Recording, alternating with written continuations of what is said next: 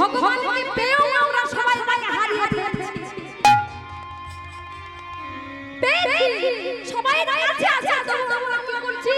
ভগবানকে দেখবার জন্য কোথায় যাই? বৃন্দাবনে, নবদ্বীপে, মায়াপুরে, কাশী ধাম। কেন যাই বলে ভগবানকে দেখবো, তার তীর্থ ভ্রমণ করবো, করে লাভ নেই। অন্তর দিয়ে ভগবানকে ভালোবাসতে না পেরে তীর্থ ভ্রমণ করে লাভ নেই। ভগবানকে পেতে গেলে অন্তর মাঝে তাকে দেখতে হবে। প্রত্যেকটা কলির জীবের মধ্যে রয়েছে ভগবান, কিন্তু তবু আমরা ভগবানকে বাইরের দিকে দিকে যাচ্ছি করছি। কোথায় ভগবান, কোথায় ভগবান? কিন্তু ভগবান আছে প্রত্যেকটা জীবের মধ্যে আছে। কোথায় রয়েছে? কোথায় রয়েছে ভগবান? আমাদের রান্নার ব্যবস্থা রয়েছে, এই বিহার মধ্যে আপনারা খেয়ে অবশ্যই করবেন। কিন্তু আমরা কলির মানুষ শুধু ভগবানকে খুঁজে বেড়াচ্ছি, ভগবানকে শুধু খুঁজে বেড়াচ্ছি। তাই তো ভগবান বলছে, ওগো ভক্ত, খুঁজে পেলে লাভ কি? খুঁজে পেলে লাভ কি? আমি তো তোমাদের কাছেই রয়েছি। একবার অন্তর দিয়ে দেখে তোমরা আমাকে পাবে। কিন্তু তা আমরা করব না, তা কিছুতেই করব না। তবে কি জানি, মানুষের এত অহংকার বেড়ে গিয়েছে না, ভগবান তার কাছ থেকে অনেক দূরে সরে গিয়েছে, অনেক দূরে। তাই তো বলছে, মানুষের অনেক টাকা থাকতে পারে, বড় বাড়ি তৈরি করতে পারে, মানুষ তুমি কখনো শান্তি কিনতে পারবে না। মানুষ তুমি ভালো ভালো ভালো কিনে ঘরে সাজায় রাখতে পারো, ভালো ভালো উপরে শুয়ে তুমি ঘুম কিনতে পারবে না। মানুষ তুমি ঘড়ি ব্যবহার করতে পারো, দামি ঘড়ি পড়তে পারো, তুমি কখনো সময় কিনতে পারবে না। মানুষ তুমি ভালো পোশাক পরে ভদ্র মানুষ সাজার অভিনয় করতে পারো, কিন্তু তুমি মনুষ্যত্ব কিনতে পারবে না। সেটাকে অর্জন করে নিতে হয়, পারা যাবে না। তাই আজ পরীক্ষিত তিনি কেমন ভক্ত না, যে একদিনের শিশু সঙ্গে সঙ্গে উঠে ভগবানকে খোঁজাখুঁজি করেছে, ভগবানকে খুঁজে বেড়াচ্ছে। তাই ব্যাসদেব বললে, যে ভক্ত ভগবানকে খুঁজে, যে ভক্ত ভগবানকে পাওয়ার জন্য এত তার আকুলতা, এত তার ব্যাকুলতা, তাই এই ভক্তের নাম দিলাম মহারাজ পরীক্ষিত। সেই পরীক্ষিত ছোট থেকে ধীরে ধীরে বড় হতে হতে যখন 24 বছর হয়ে গেল, পরীক্ষিতের বিয়ের ব্যবস্থা করলে। বিরাট দেশের রাজার কন্যা ইলাবতীর সঙ্গে আজ পরীক্ষিতের বিবাহ দিলে।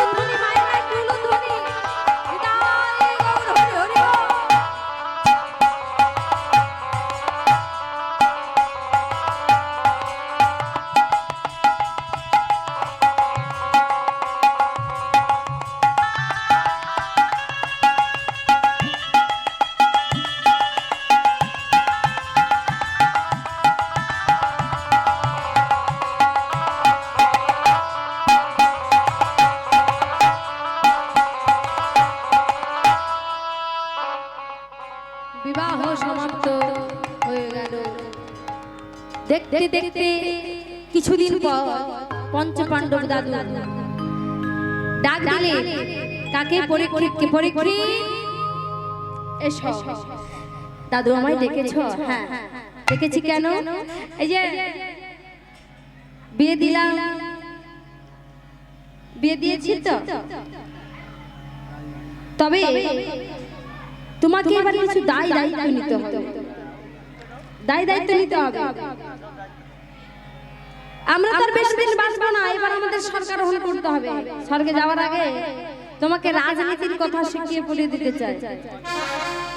তুমি যে রাজনীতি চালাবে, রাজনীতি চালাতে গেলে কি করণীয়, কি করা উচিত, কি কর্তব্য, তোমাকে সব কিছু শিখতে হবে।